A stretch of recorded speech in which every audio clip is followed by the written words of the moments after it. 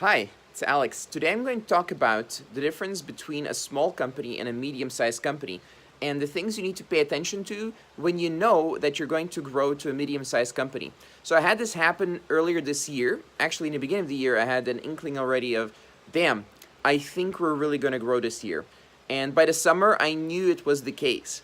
Now, most people, when they grow from a small company to medium-sized company, they face many difficulties with financials and administration and operations and all that kind of stuff.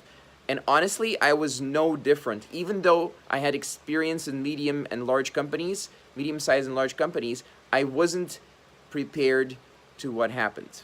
So here's what happened next. So as more and more people got involved, more and more people had their say in the company. So for example, we have coaching and we have trainings, we have recordings. As more and more people got involved, they had their own agenda and what they wanted to coach, what they wanted to train, what they wanted to do with the course, and so on. And for students, this caused a lot of confusion because they want a single plan that they can implement and that works, and they don't want to be told info that is contradictory.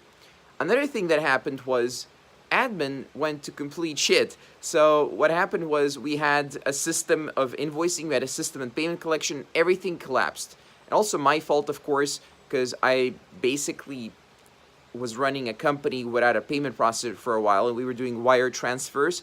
Now, unless you've been in business for a while, you probably don't know what that is, but it's not fun. Okay, it doesn't work. Everything fails, and everyone's angry at each other, and money doesn't arrive half the time, and so on. So basically, everyone was super angry at me, and for 2 months we didn't have a payment processor. Then, at the same time, our old system for admin and invoicing and all of those systems were still running as if we're a very small company. And simply, that doesn't work. Everything was being done manually, randomly, non-standardized, and everyone was just doing whatever they felt like. And we went from that all the way to complete automation within that single year. And I'm quite proud of that. We just finished implementing it this week actually, and now the company can run properly again. And what I'm going to have to do is regain trust with a lot of people, and they thought I was sabotaging the company and stuff like that. And that actually brings me to the next point. As a company grows and the amount of people involved grow, what happens is there's like politics. Now this is the killer of any company. If you have politics instead of meritocracy and working together, then everything just fucking dies.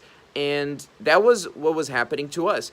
So what I had to do as you could say the CEO, whatever I would call myself of the company, is I had to step into every single part of the company, remove any process that was causing any issues whatsoever, which was brutal, by the way. Don't recommend, if you ever have to do that, I don't recommend doing it. It's absolutely brutal. I mean, I don't recommend doing it, but you have to do it.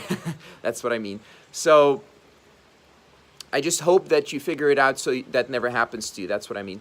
So what happened then was I had to go back in and take control of all the course material, or all the videos, all the instructions, and how they work and how the business models work for students. Had to fix all of that. Then I had to go in and look at the sales calls, the promises that were being made, and so on. Check that nothing's been overpromised, that sales guys aren't focused just on close rate. So that was fixed.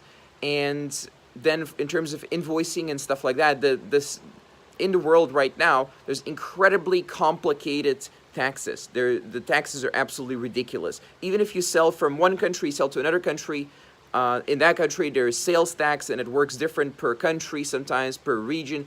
It's super complicated. To fix that, we really had to think outside the box. The solution would have been just put people in place everywhere to fix everything.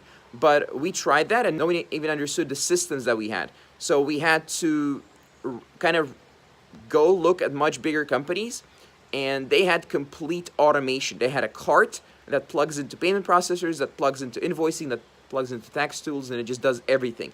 And that's what I've just spent with developers installing last 30 days or so. The first attempt failed, the second attempt succeeded, and now it's working. So another thing that I've noticed that is super important when you're growing your business from small to medium sized is that everything needs to be under contract. Now it sounds like I'm going too far with this, like everything, really?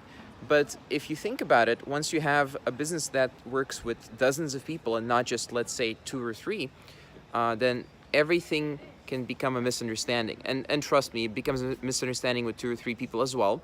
But then it's very easy to maintain goodwill for an extended period of time, just because it's small groups of people or a small group of people. But once you have dozens of people, then everything is up for interpretation all the time. That's how you should look at it. And that's because of all the issues that could happen, right? So you can't predict everything, of course, but very clear and preferably standardized, not too custom contracts are highly recommended. And everyone makes this mistake. I make this mistake. You know, I've made it in the past and I repeated it 3-4 times. And that's the way it is. It's unfortunate, but human nature means that it's hard to work together. But if you can make things crystal clear, it's less likely that there's a disagreement. So even with standardized good contracts and everyone understanding each other and goodwill and all that, there's still disagreements. Just think about what can happen without these things.